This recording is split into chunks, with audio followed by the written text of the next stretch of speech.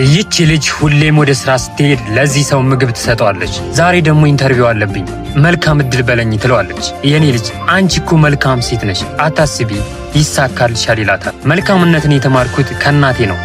እናቴ ሁሌም ለሰዎች መልካምነት ስታደርግ እያየሁ ነው ያደግኩት ትለዋለች። ከመልካም ቤተሰብ እንደመጣሽ ስራሽ ይናገራል። ፈጣሪ ሁሌም ካንቺ ጋር ይሁን ይላታል። እሷም አመሰግናለሁ አጎቴ፣ መልካም ቀን ብላው ትሄዳለች። ይህ ልጅ እየሄደ ያለ መኪና ውስጥ ብር ያያል።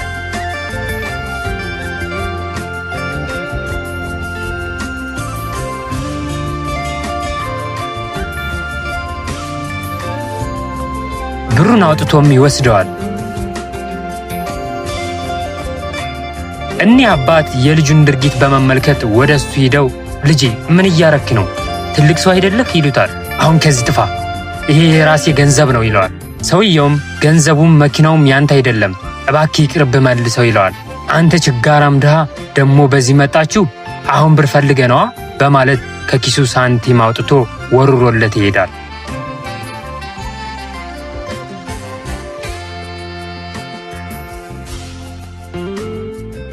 አስተውሉ፣ ሁለቱም ቅድም አይተናቸዋል፣ ግን አሁን ላይ ሁለቱም ለኢንተርቪው ተቀምጠው እየጠበቁ እንመለከታለን።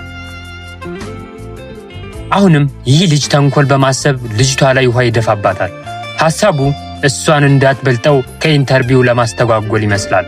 ሳያቅ እንደደፋባት ይነግራታል። እሷም እየተበሳጨሽ ክላስ ገብታ ልብሷን ለመቀየር ትሞክራለች።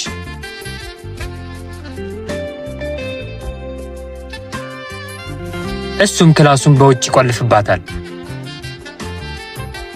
በድንገት ተቆጣጣሪው ይመጣና ምን እያረክ ነው ይለዋል። አይመለከትም፣ አሁን ይህን ብር ስሰጥህ አፍን ትዘጋለህ በማለት ከኪሱ ብር አውጥቶ ይሰጠዋል።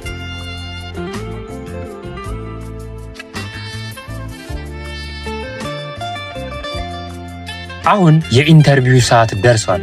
እዚህ ላይ ነው ማንም ያልጠበቀው ነገር የተፈጠረው። ልጁም ለባለቤቱ አለቃዬ፣ ለዚህ ካምፓኒ ለኢንተርቪው በመጠራቴ በጣም እድለኛ ነኝ።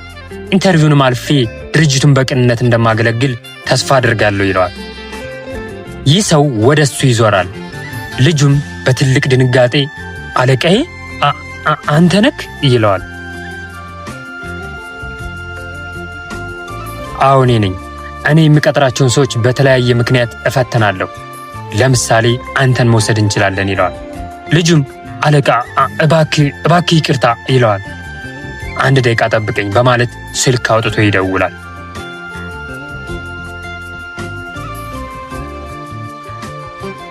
ልጅቷን ክፈታት፣ እሱ የሰጠን ብር መልስለትና ልጅቷ ፈተናው እንዳለፈች ንገራል። አለቃ እንዴት እንደዚህ ታደርጋለህ? ኢንተርቪው ሳታደርግ እንዴት እሷን ትቀጥራታለህ? ይለዋል። የሁላችሁም ፈተና ከዚህ ሳይሆን ሁሉም ነገር ከውጭ ነው ያለቀው። አስታውስ፣ ሁለታችሁም ተፈታኝ ነበራችሁ፣ ግን አንተ ወድቀሃል። ሁሌም ቢሆን መልካምና ጥሩ ሰው ያቸንፋል። እሱን ደግሞ አንተ ማድረግ አልቻልክም ይለዋል። ልጁም እያዘነ ወጥቶ ይሄዳል።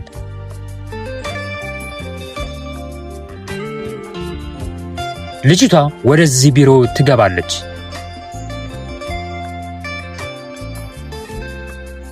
አንተ ነህ? ቆይ እንዴት ትለዋለች። አዎ እኔ ነኝ፣ እንኳን ደስ አለሽ፣ ከዛሬ ጀምሮ የኔ ምርጧ ሰራተኛ ሆነሽ ተቀጥረሻል ይላታል። እሷም ባልጠበቀሽው የደስታ ስሜት ተውጣ አመሰግናለሁ ትለዋለች።